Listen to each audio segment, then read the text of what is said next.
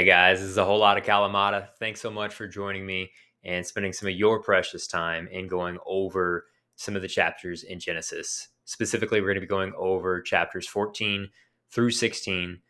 Heaven help me. Chapter 11 of Genesis in the last video that I did on this kicked my rear end just with the names. And this chapter 14 is not pulling any punches. It does a lot of that. There's a bit of repetitious nature in there too. So it's not even just saying the name once, it's saying it twice. But this is the Holy Bible, the LSV version, the literal standard version, LSV. You can download this free. Link is in the description, no charge. It's directly from the distributor's website. Excuse me. That being said, picking up in chapter 14, verse 1, and it comes to pass in the days of Amraphel, king of Shinar, Arioch, king of Elasar, Chedorlaomer, king of Elam, and Tidal, king of nations. Told you, they're not they're not hesitant or sugarcoating it. Verse 2, they have made war with Barak, king of Sodom, and with Bersha, king of Gomorrah, Shinab, king of Adamah, and Shemeber, king of Zeboim, and the king of Bela, which is Zor. All these have been joined together to the valley of Siddim, which is the Salt Sea. Verse 4, for 12 years they served Chedorlaomer, and the 13th year they rebelled. So there's obviously some strife or inner war going on there. Verse 5, and in the 14th year came Chedorlaomer and the kings who are with him, and they strike the Rephaim in Asheroth Karnaim, and the Zuzim in Ham, and the Emim in Sheva, Kiriathaim, and the Horites in their Mount Seir, to El Paran, which is by the wilderness, and they turn back and come to En Mishpat, which is Kadesh, and strike the whole field of the Amalekite, and also the Amorite who is dwelling in Haznan Tamar. Hazan Tamar is two separate words for what it's worth. Verse 8, and the king of Sodom goes out, and the king of Gomorrah, and the king of Admah, and the king of Zeboim, and the king of Bela, which is Zor, and they set an array for battle with them in the valley of Siddim, with Chedorlaomer, king of Elam, and Tidal, king of nations, Amraphel, king of Shinar, and Arioch, king of Elasar, 4 kings with the 5. So went through that pretty quick, but yeah, there's that repetition that they got to get in there too. I don't know why they do that stylistically. Just as a creative writer, if you've seen any of my other stuff, my poetry, my hip hop, kind of more spoken word, I guess, or very, very detailed writing, I always try to ask that question: is it worth repeating certain elements, especially if I'm repeating the same words? Sometimes you want to do that stylistically to sink home the point, but some of this, to me, we were just talking about these people; they're already on the subject matter, so I don't really see. By all means, somebody correct me if I'm wrong, as if there's a reason for having verses 8 and 9 repeat all this when we were just talking about it right up here in verse 1 and 2. But yeah, going back, verse 10. And the valley of Siddim is full of bitumen pits, and the kings of Sodom and Gomorrah flee and fall there, and those left have fled the mountain. Could you imagine falling in one of these pits when you're running for your life? Like, people are literally being speared, arrows shot up, people are dying, and swords, like, I don't know, maybe catapults or whatever. I don't know what was going on at that time as far as what kind of weaponry or armory they had, but it does make you wonder, like, to get stuck in one of those pits amidst all that. That's got to be horrifying. Verse 11, and they take the whole substance of Sodom and Gomorrah and the whole of their food and go away. So substance, I guess you could say, would be like the spoils of that city, if that makes sense. Verse 12, and they take Lot. So if you remember, we had, I believe it was chapter 13. Somebody keep me honest if I'm wrong on that.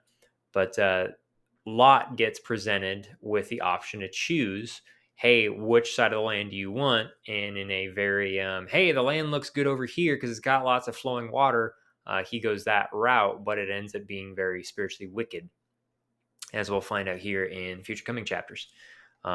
Verse 12, And they take Lot, Abram's brother's son, seeing he is dwelling in Sodom, and his substance, and go away. So take all his goods, his spoils of war, his party. And the one who is escaping comes and declares to Abram the Hebrew, and he is dwelling among the oaks of Mamre and the Amorite. The oaks of Mamre, the Amorite, brother Eshcol, and brother of Aner, and they are Abram's allies. So somebody escapes in the midst of all this war, people falling into pits, people being killed, these kings going to war. Someone escapes and notifies Abram the Hebrew that Lot has been taken. If that makes sense. Going to verse 14, and Abram hears that his brother has been taken captive, and he draws out his trained servants, 318 of them in total, and pursues to Dan. Verse 15, and he divides himself against them by night, and he and his servants strikes them, and they strikes them and pursues them to Hobah, which is at the left of Damascus. And he brings back the whole of the substance, and he has also brought back his brother Lot and his substance, and also the woman and people. So he's rescuing not just Lot, but also all of his people, wife, sons, daughters, whatever he has, servants, handsmaids, anybody that's working for him. Some of the shepherds that no doubtably, like if the Hebrews are working in a more shepherd kind of mentality, or working with livestock specifically, he would absolutely, if he has a large flock, which very clearly by their flocks and their herdsmen fighting in the previous chapter, that's going to be consisting as part of it. Some of those people. Verse 17, and the king of Sodom goes out to meet him, and after his turning back from the striking of Chedorlaomer and the kings who are with him to the valley of Shevev, which is the king's valley, and Melchizedek, king of Salem, has brought out bread and wine, and he is priest of God Most High. And he blesses him and says, blessed is Abram to God Most High, possessing the heavens and earth. And blessed is God Most High, who has delivered your adversaries into your hand. And he gives to him a tenth of all. Verse 21, and the king of Sodom says to Abram, give to me the persons and take the substance to yourself. So take the spoils of war, but give me the people. Abram says to the king of Sodom, I have lifted up my hand to Yahweh, God of Most High, possessing the heavens and earth. I have lifted up my hand. I have given my oath. I have given my covenant that I will trust in him.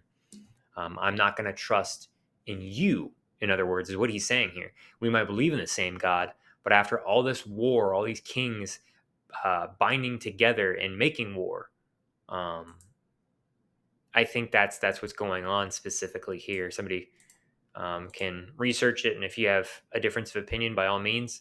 I think that if somebody was saying the same belief structure, the same God as you, that person would ultimately be viewed as an ally. But amidst war, you might be a little bit more questioning, especially amidst the oath. I have lifted up my hand to Yahweh. That would mean that he's going to trust in God over Melchizedek, king of Salem.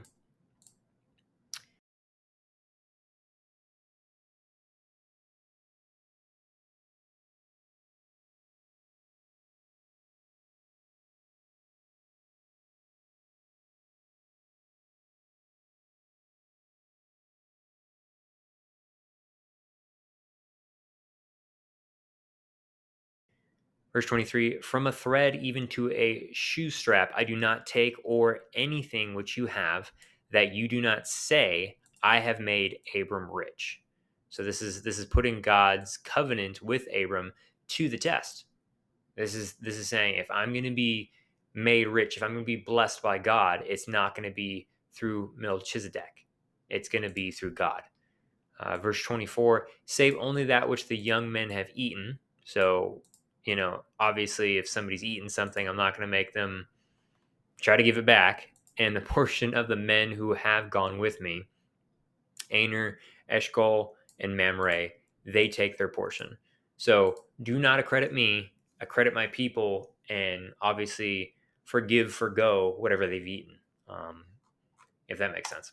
Chapter 15, verse 1. After these things, the word of Yahweh has been to Abram in a vision, saying, Do not fear, Abram. I am a shield to you. Your reward is exceedingly great. In other words, you have trusted in me. I'm going to reward you, but I am your buckler. I am your shield. I am your defense. And to Abram says, Lord Yahweh, what do you give to me? And I'm going childless, and an acquired son in my house is Demezek Eleazar, one of those two. And Abram says, Behold to me, you have not given seed, and behold, a servant will be my heir. So, a little bit of contention obviously showcased there. Do not fear, Abram. I am your shield. Your reward is exceedingly great. Like, I'm here to bless you. You put your trust in me. And then he says, But you've made me childless. You have not given me an heir. So I'm going to give it to my servant, Demesek, Eleazar. And Abram says, Behold to me, you have not given a seed. So this servant's going to take over everything. This is how it's going to pursue forward. Very arrogant on Abram's part, just in that exchange right there. Going to verse 3, and Abram says, Behold to me. Oh, no, I already read that one. Verse 4, and behold, the word of Yahweh is to him, saying, This one will not be your heir, but he who comes out from your bowels, he will be your heir. And he brings him outside and says, Now look attentively towards the heavens and count the stars, if you are able to count them. And he says to him, Thus is your seed. And he has believed in Yahweh and reckons it to him righteousness. And he says to him, I am Yahweh who brought you out from Ur of the Chaldees to give to you this land to possess it. Lord Yahweh, whereby do I know that I possess it? And he says to him, Take for me a heifer of 3 years, and a female goat of 3 years, and a ram of 3 years, and a turtle dove, and a young bird. And he takes all of these to him and separates them in the midst, and puts each piece opposite its fellow, but the bird he has not divided. Very important call out here.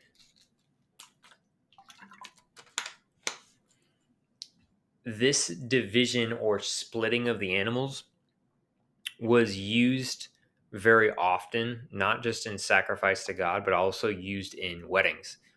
So this is something in particular in practice for ancient Israelites or pre-Christian Israelites. I don't, recall a lot of this being mentioned in the New Testament in any shape, form, or fashion. And really, when the tradition stopped, has taken by Israelites, obviously to our modern day counterparts. I don't hear about this either.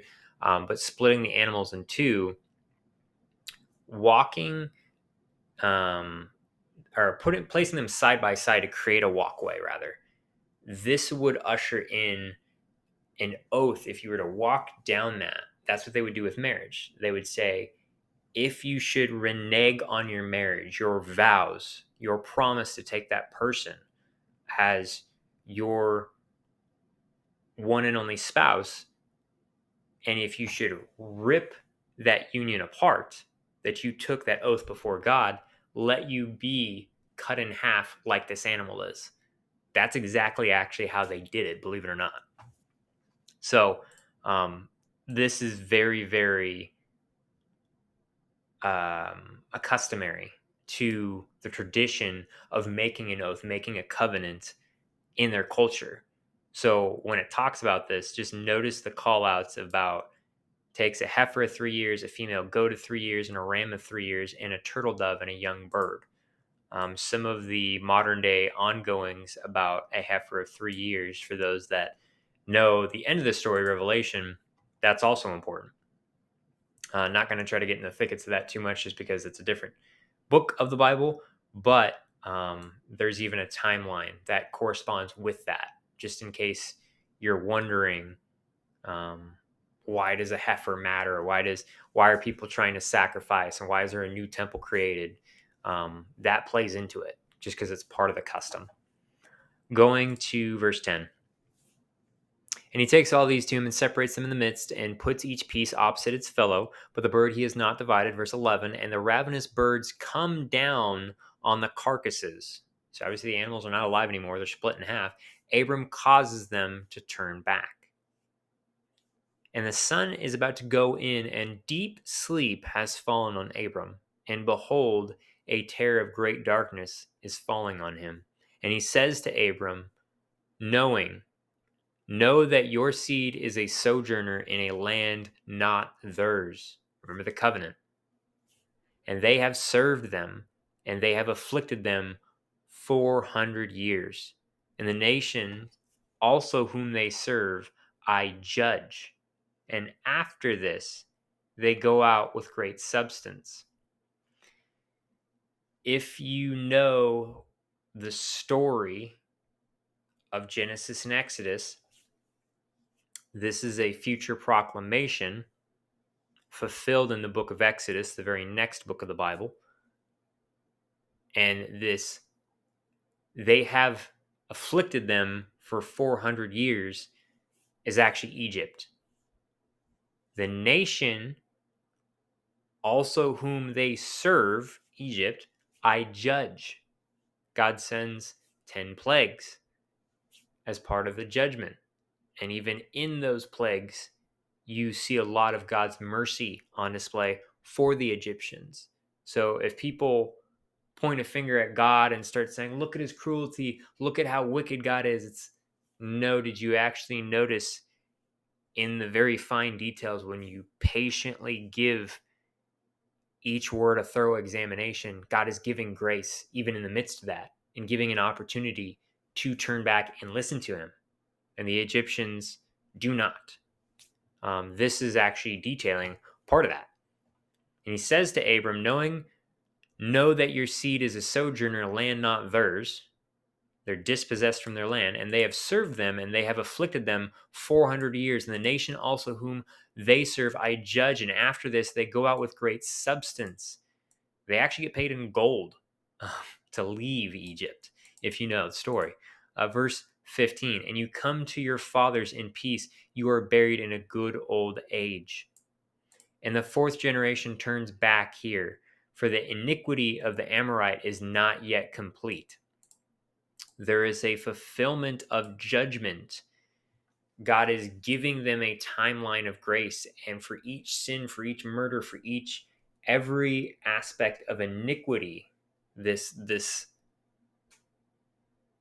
acknowledgement of how abhorrent their practices, how crazy and wilding out their civilization adopts their customs to be. You can actually see that God is incredibly patient even with them, the unbelievers. And so it truly showcases the heart of God in that, which, I mean, you can lambast, you can chastise, you can call out whatever you want, but at the end of the day, if God is being patient even with those people who aren't believing, how much more patient is he for those that are chasing after him or asking and pleading for assistance in changing, in doing whatever, leading a nation to, help me overcome my sin, whatever it is. Verse 17. And it comes to pass, the sun has gone in, and the thick darkness that has been, and behold, a furnace of smoke and a lamp of fire, which is passed over between those pieces. In that day has Yahweh made with Abraham a covenant, saying, to your seed I have given this land from the river of Egypt to the great river, the Euphrates River, with the Kenite and the Kenizzite and the Cadmonite, and the Hittite and the Perizzite and the Rephaim and the Amorite and the Canaanite and the Girgashite and the Jebusite. That's chapter 15. So what happens? There's an exchange here at the beginning of chapter 15. We see that Abram, having just trusted in his conversation with King Salem, Melchizedek, that he's not going to become rich through that. And God begins the conversation like, wow, job well done. You are a faithful servant. I am going to reward you exceedingly. And he's like, but you left me childless. The accusation of God not fulfilling his promise, his covenant, that he's going to number them like the stars, as we just see down here. He's saying, I'm going to appoint Demisec Eliezer to take over all of my substance, all of my family once I pass. And God says, no, we're going to go through your lineage. You will have a son, but have faith. And so as Abram is splitting the animals into and lines them up, there's these ravenous birds that come along and he falls into a deep sleep because the sun is about to go down. What's happening there? The idea and the notion is that God is sending either the birds or Satan is sending the birds to invalidate the sacrifice or the oath, the covenant that Abram is making towards God.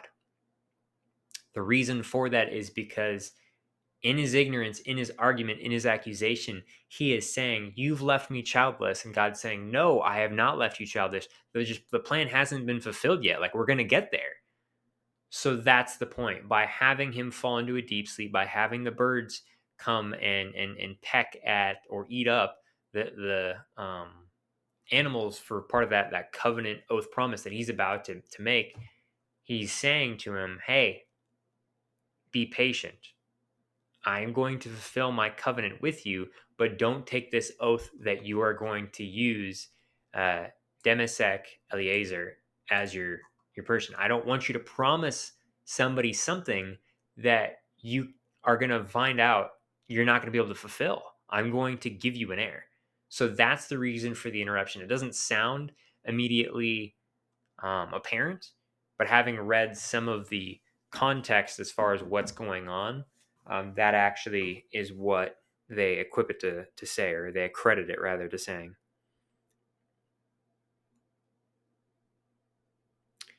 So just kind of summarizing that and accrediting MacArthur in his Bible annotation here. Chapter 15, verse 13 through 14. The words of God in the covenant ceremony assured Abram that his descendants would definitely be in the land promised. You will inherit land. It's part of the covenant. Although a painful detour into Egypt would delay fulfillment until long after his demise. The 400 years that they're specifically citing 430 years in it.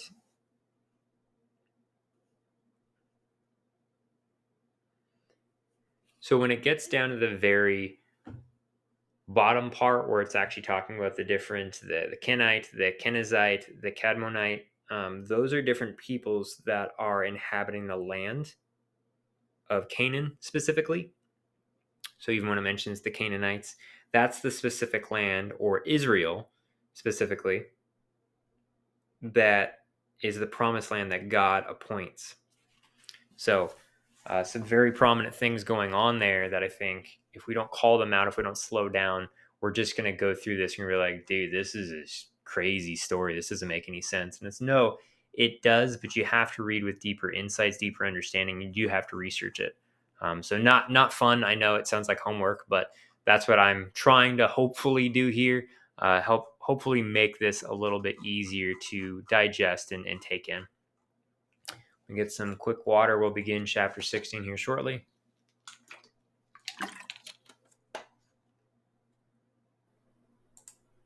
All right, chapter 16.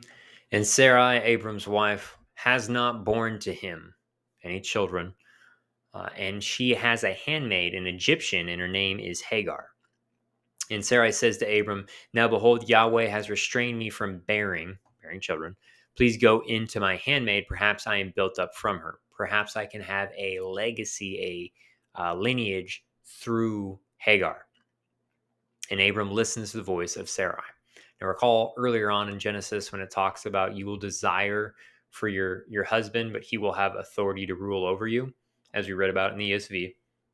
Language obviously might be different inside the LSV. Keep that in mind. But sorry, burping from the water. Um, that language about desiring for him, that's part of the curse. That's part of the fall of humanity. So she is taking reins right here and telling Abram what to do. Keep that in mind. And Sarai, Abram's wife, takes Hagar the Egyptian, her handmaid, at the end of the 10th year of Abram's dwelling in the land of Canaan, and gives her to her husband, Abram, to him for a wife. And he goes into Hagar, and she conceives, and she sees that she has conceived, and her mistress is lightly esteemed in her eyes. And the lightly esteemed, it's kind of confusing, but it basically means she's not revering her, she's not respecting her, she's looking upon her with contempt.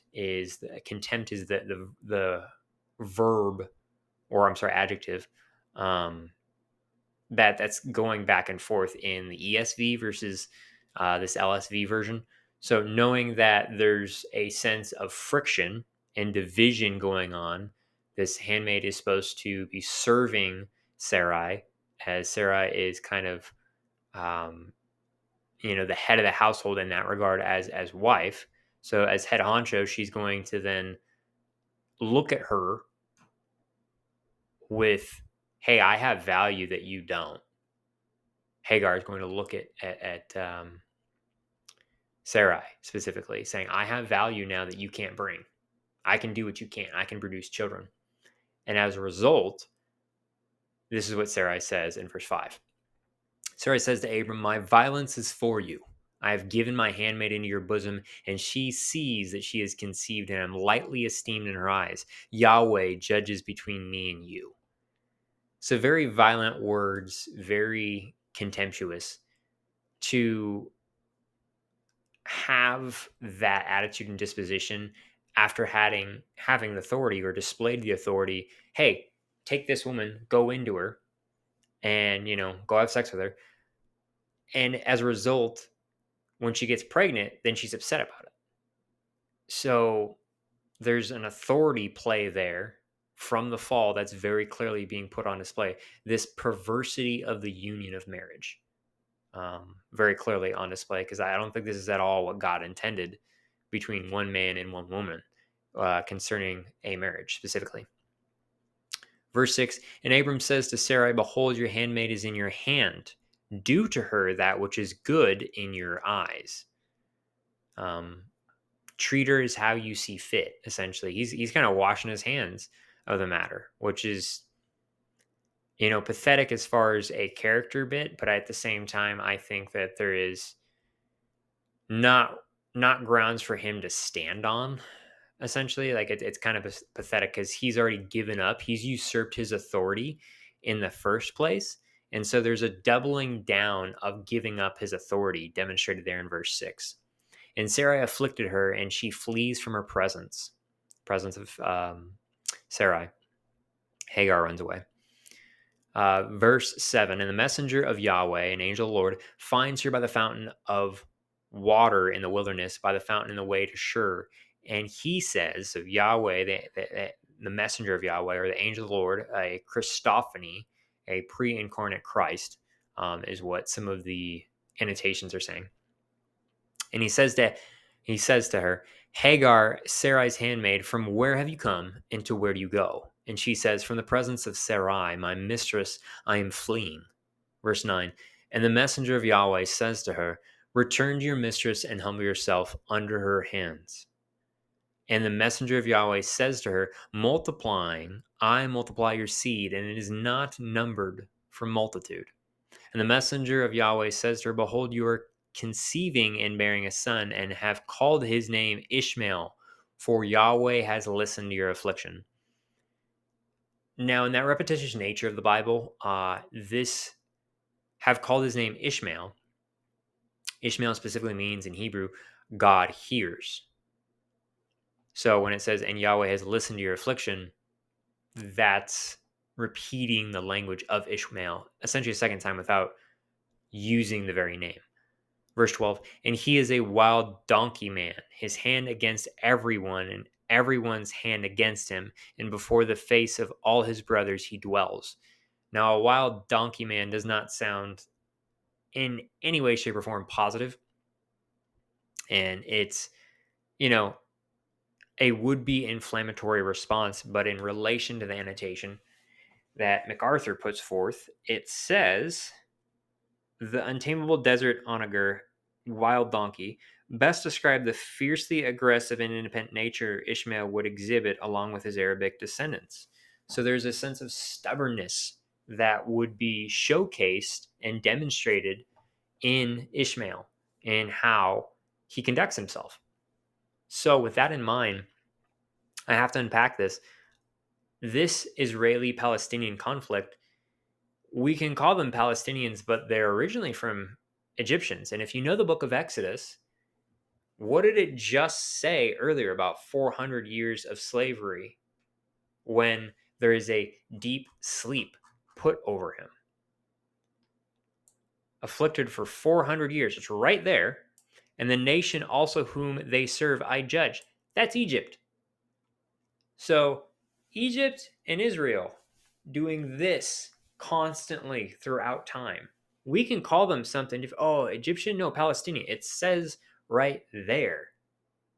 Egyptian. A handmaid, an Egyptian. It says it right there. And her name is Hagar. A Jewish warrior named Shimon Bar Kokhba led a strike force against the Roman occupier. But the Romans crushed the Bar Kokhba revolt and renamed the land of the Jews to Syria Palestina. The name stuck around. When Arab armies swept through the Levant in the 7th century CE, they adopted the name into Arabic as Palestine. As the region traded hands through the centuries, passing to Arab dynasties and Christian crusaders and the Ottoman Empire, it kept the name Palestine. Some folks even called diaspora Jews Palestinians. Like German philosopher Immanuel Kant, modern-day Israel was established in a region that was once known as Palestine. Though there was never a self-governing Arab country named Palestine, the region's inhabitants were known as Palestinians. That's why the Jewish newspapers and money and immigration certificates refer to Palestine. Early versions of the name Palestine refer to a small region on the Mediterranean coast bordering Egypt and to the Philistines, an ancient Greek people that, like many others, have vanished over time and have no connection to today's Palestinians. The word Palestine was first formally used by the Roman Emperor Hadrian. During his rule, Hadrian massacred the rebellious Jewish population in the Kingdom of Judea and sent most of the remaining Jewish population into exile. Hadrian was determined to obliterate thousands of years of Jewish presence in the land that is documented with extensive archaeological findings and place names we still use today. And so, he decided to rename the province of Judea, Syria Palestina, after the vanished nemesis of the ancient Jews, the Philistines. Judea was the last independent state that existed in the land. Century after century, the remaining Jews, as well as other groups, lived under the rule of successive foreign powers. During the time of the Ottoman Empire, the word Palestine was used as a general geographical term describing the land south of Syria. So when that area fell into the hands of the British at the end of World War I, it was only natural that they named it Palestine. The League of Nations, a predecessor to the UN, granted the victorious World War I powers mandates to control the Middle East and prepare the local peoples for independence. This area came under the British Mandate of Palestine. Two populations lived under the Mandate of Palestine, Arab and Jewish, both of them considered Palestinians. And so, the Jewish-founded Palestine Symphony Orchestra would, upon Israel's independence, become the Israeli Philharmonic. The Anglo-Palestine Bank would become the Israeli Leumi Bank, and this poster, that is often used today to support anti-Israel arguments, was in fact a Zionist ad promoting tourism to the Jewish homeland in Palestine. In 1947, the mandate expired, and the UN decided to split the land into independent Jewish and Arab states. The Jews accepted the UN resolution and called their state Israel. The Arab world, however, rejected the two-state plan, and right after the last British soldiers departed, attacked their newly independent neighbor. After the war, Jordan annexed the West Bank, and Egypt took over the Gaza Strip, which were both assigned to the Arabs as part of the partition plan. Neither country saw a need to set up an independent state in these areas. As a result, An Arab state did not materialize in the former British Mandate of Palestine. Palestinian identity continued to grow after 1948, culminating in 1964 when the Arab League initiated the creation of the PLO, the Palestine Liberation Organization, declaring this Arab group the Palestinian people. The PLO demanded the entire area of the mandate, though it called for the destruction of Israel, but did not challenge Jordanian and Egyptian rule. Arab aspirations continued to focus solely on eliminating the State of Israel, instigating another war in 1967, in which Israel gained control over the former Mandate territories in the West Bank and Gaza.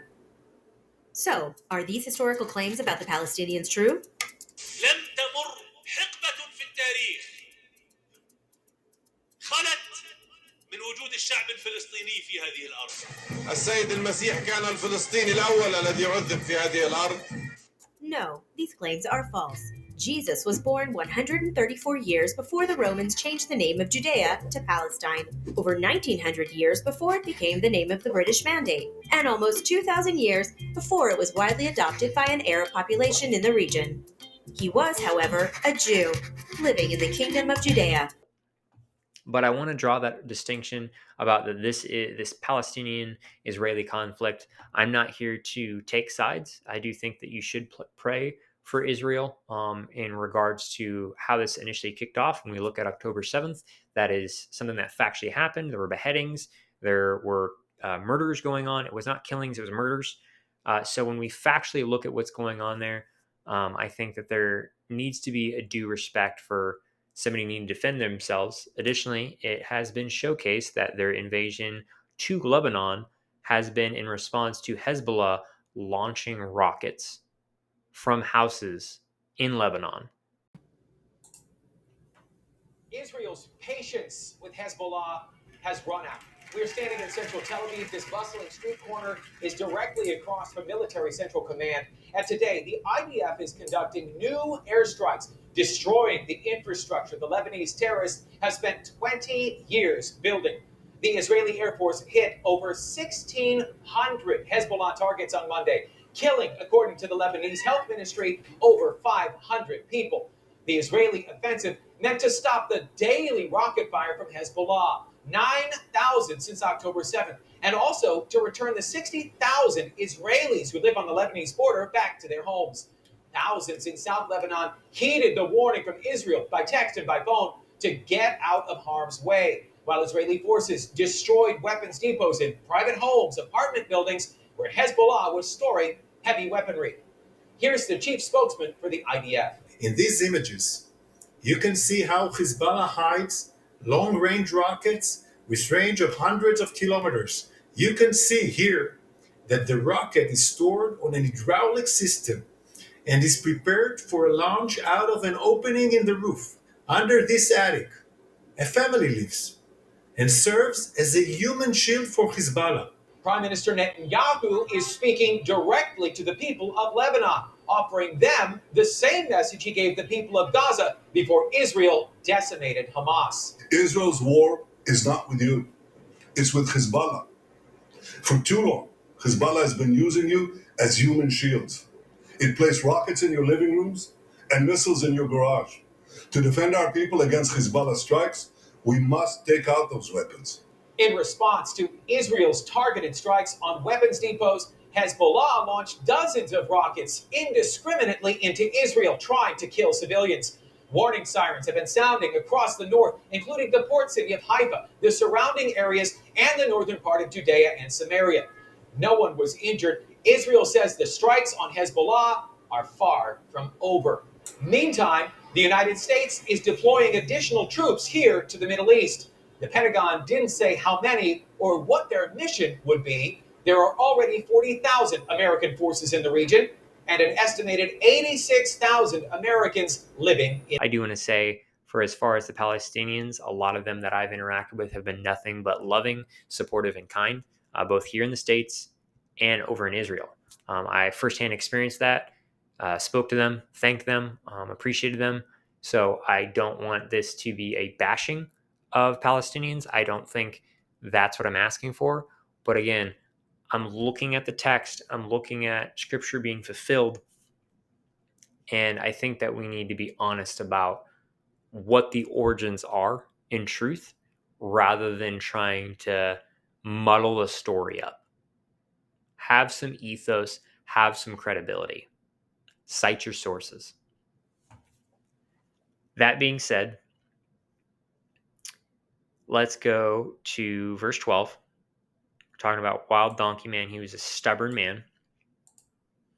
Verse 13, and she calls the name of Yahweh who is speaking to her, "You are, O God, my beholder." For she said, "Even here have I looked behind my beholder. Therefore has one called the well of the living one, my beholder. Behold, between Kadesh and Beret. And Hagar bears a son to Abram, and Abram calls the name of his son, whom Hagar has borne, Ishmael. And Abram is a son of 86 years, and Hagar is bearing Ishmael to Abram. So he's 86 years old when he has that. This is the reason why he's saying, "No, I'm going to appoint this guy. You've given me no child." When he finally has a child, he's 86 years old. So that's part of the reason for his desperation, if that makes sense. I'm going to wrap it up there, though, before we hit chapter 17, because this is obviously gone on pretty long, but I hope that this has been informative as far as where we get this original conflict from, where some of this covenant is going, where we're seeing more of God's character down here in his fulfillment. He's talking about have afflicted them for 400 years, and it sounds like, well, God, why would you allow that to happen? There's a point and a purpose that is fulfilled before that subjugation happens. And again, that spiritual connotation of Israel, Egypt, Israel, like there's somebody always on top dominating the other one in a spiritual play. And that's on purpose with forces unseen to our human eye. But I think that that's an important distinction there.